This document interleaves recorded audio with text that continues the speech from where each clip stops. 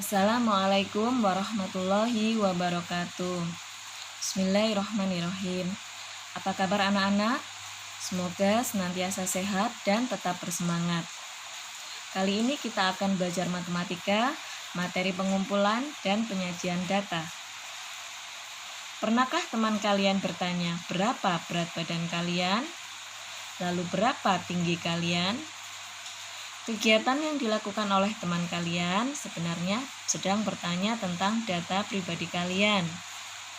Apakah data itu? Menurut Kamus Besar Bahasa Indonesia, data adalah keterangan yang benar dan nyata.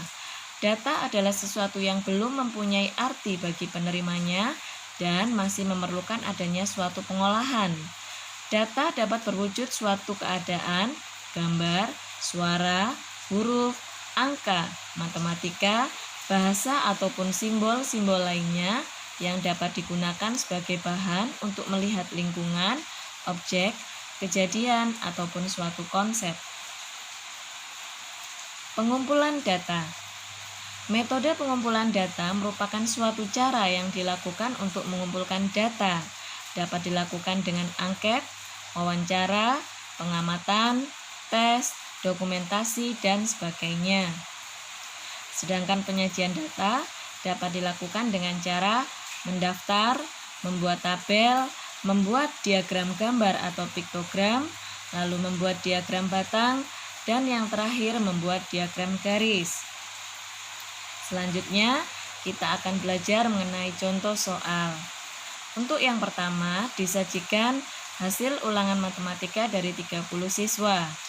Pertanyaannya, buatlah tabel frekuensi dari data tersebut, kemudian tentukan nilai tertinggi dan terendah.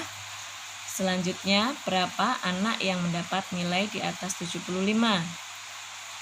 Untuk mempermudah, maka urutkanlah terlebih dahulu data tersebut dari nilainya yang paling kecil. Setelah diurutkan, kalian pindah data tersebut pada sebuah tabel. Setelah tabel dapat terisi, maka kita tentukan berapa nilai tertinggi. Dari data kita peroleh nilai tertinggi adalah 95. Sedangkan berapa anak yang mendapat nilai di atas 75? Nilai di atas 75 adalah 80 sebanyak 3 anak, 85 sebanyak 4 anak, 90 sebanyak 3 anak, 95 sebanyak 4 anak, sehingga totalnya adalah 14 anak. Berikut contoh soal yang kedua.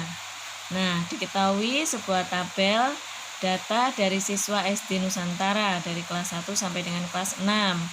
Nyatakanlah atau sajikanlah tabel tersebut dalam bentuk piktogram atau diagram gambar. Mudah ya. Jadi satu anak mewakili 5 putra atau putri.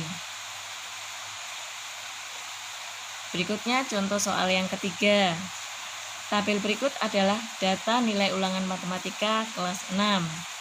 Nilai yang mendapatkan nilai 4 sebanyak 2 siswa, nilai 5 6 siswa, dan seterusnya sampai dengan nilai 10 adalah 2 siswa. Dari data tersebut kita buat diagram batangnya.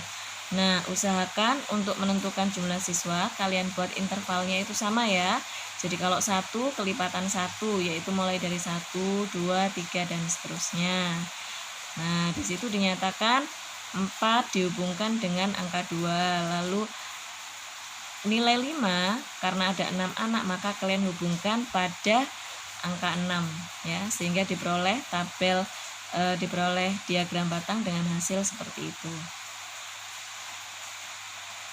Baik, yang terakhir adalah mengenai diagram garis. Disajikan tinggi badan Meli selama 5 tahun pada usia 7 sampai dengan 11 tahun. Kemudian nyatakanlah tinggi badan pada diagram garis. Kalian tinggal menghubungkan pada usia 7 tahun tingginya adalah 125, kalian tarik titik pertemuan antara angka 125 sampai dengan angka 7. Begitu pula pada usia 8, kalian tarik garis usia 8 pada tinggi 135, lalu usia 9 pada tinggi 140, dan seterusnya sampai dengan Data yang terakhir, usia 11 tahun sampai dengan tinggi badannya 150 cm. Ternyata mudah ya. Terima kasih anak-anak, semoga materi kali ini bisa kalian pahami dan bawa manfaat. Amin. Wassalamualaikum warahmatullahi wabarakatuh.